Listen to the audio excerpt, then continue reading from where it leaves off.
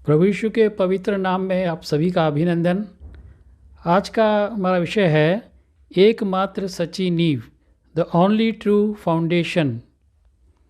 सच्ची नींव के विषय में पवित्र शास्त्र के लिए हम पढ़ेंगे मत्ती रचित सुसमाचार, उसका 7वां अध्याय, पद 24 से लेकर 27 तक।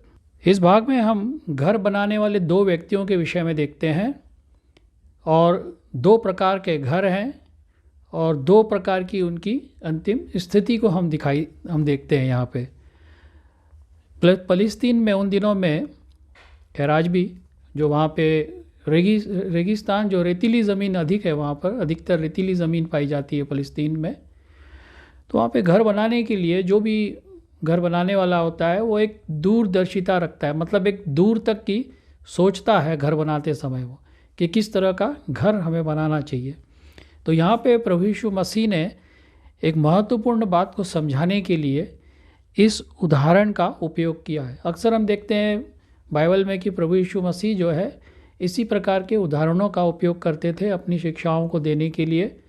जैसे उन्होंने पक्षियों का उदाहरण लिया, जैसे उन्होंने हरी घास का उदाहरण लिया, इसी प्रकार से कई ऐसे जो रोज़मर्रा के जीवन में आने वाली वस्तुएं होती थी, उनसे प्रभु यीशु मसीह ने उदाहरण लिए हैं समझाने के लिए। यहाँ पर भी एक बहुत ही महत्वपूर्ण उदाहरण प्रभु यीशु मसीह ने चुना है अपनी बात को व्यक्त करने के लिए। अभी हम जैसे मत्ती सुसमाचार के उसके 5वें, 6वें और 7वें अध्याय को पढ़ते हैं, जहाँ पर पहाड़ी उपदेश पाया जाता है, जो कि एक प्रकार से गोल्डन रूल्स, जो इसे सुनहरे जीवन के नियम कहा जा सकता है इन अध्यायों को। तो प्रभु यीशु मसीह ने वो सारी बातों को जब उनका कहना हो गया, उसके बाद प्रभु ने ये बातों को कहा है। और उस समय में यहूदी धर्म में तथा यूनानी रोमी दर्शन शास्त्र में ये शिक्षा देने का एक तरीका था, प्रणाली थी कि दो चीज़ों का तुलना करते थे, दो चीज़ों को लेकर के। जैसे जब हम आगे इससे पहले के वचनों में पढ़ते हैं तो दो रास्ते हैं, दो पेड़ हैं, एक सकरा मार्ग है, एक चौड़ा मार्ग है, एक अच्छा पेड़ है, एक निकम्मा पेड़ है। तो इस तरह का उनका तरीका था सिखाने का। तो यहाँ पर भी हम दो प्रकार के व्यक्तियों को देखते हैं जो घर बनाने वाले हैं। तो हम पढ़ेंगे वचन 24, इसलिए जो कोई मेरी ये बातें सुनकर उन्हें मानता है वह उस बुद्धिमान मनुष्य के समान ठहरेगा जिसने अपना घर चट्टान पर बनाया। अब यहाँ पे प्रभु यीशु मसीह ने जो वचन हमने पढ़ा, वहाँ पे लिखा है कि जो कोई, प्रभु यीशु मसीह ने अक्सर जो है लोगों को स्वतंत्रता दी कि वो अपनी स्वतंत्रता से, अपनी स्वयं इच्छा से वो प्रभु के पास आएँ। जो कोई, प्रभु कभी भी किसी से ज़बरदस्ती नहीं करता। जैसे कई लोग कहते हैं और मसीहों पे वो दोष भी लगाते हैं कि भाई इन्होंने धर्म परिवर्तन कर दिया किसी का। ये कोई भी जो है किसी का हृदय परिवर्तन नहीं कर सकता जब तक कि वो स्वयं अपने आप को परमेश्वर के हाथों में नहीं सौंप दे। इसलिए प्रभु यीशु मसीह ने कहा कि जो कोई मेरी ये बातें सुनता है। और जब हम प्रकाशित वाक्य उसका 3रा अध्याय और 20वीं आयत पढ़ते हैं, जहाँ पे लिखा है, ये देख मैं द्वार पे खड़ा खटखटाता हूँ, जो कोई मेरा शब्द सुनकर द्वार खोलेगा। यहाँ पर भी जो कोई है, परमेश्वर पिता किसी भी व्यक्ति से ज़बरदस्ती नहीं करते।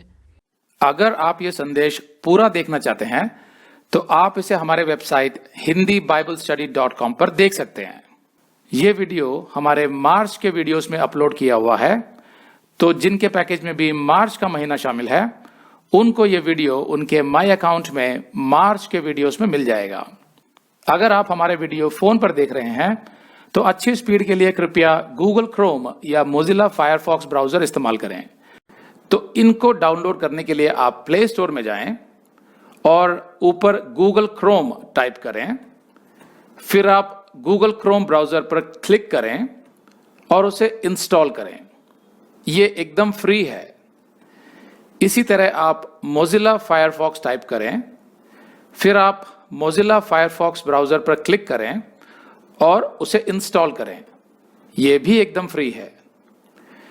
इसके बाद आप गूगल क्रोम ब्राउजर को क्लिक करके उसे खोलें और उसमें hindiBiblestudy.com टाइप करें, मतलब पूरा hindiBiblestudy.com एक साथ बिना किसी गैप के। तब हमारा वेबसाइट गूगल क्रोम में खुल जाएगा और आपके वीडियोस अच्छे से चलेंगे। इसी तरह आप मोजिला फायरफॉक्स ब्राउजर भी क्लिक कर सकते हैं और उसमें भी बिना गैप के hindiBiblestudy.com टाइप कर सकते हैं। उसमें भी हमारे वीडियोस बिल्कुल आराम से चलेंगे। इसके अलावा अगर आप चाहें तो बेहतर स्पीड के लिए आप वीडियो के नीचे बने प्ले बार पर सेटिंग्स का चिन्ह दबाकर 240p 240p सेलेक्ट कर सकते हैं, जिससे आपका बहुत ही कम डेटा खर्च होगा। 240 सेलेक्ट करने के बाद आप वीडियो के बाहर कहीं भी क्लिक कर दीजिए, फिर वीडियो को पीछे ले जाकर शुरू से देखिए।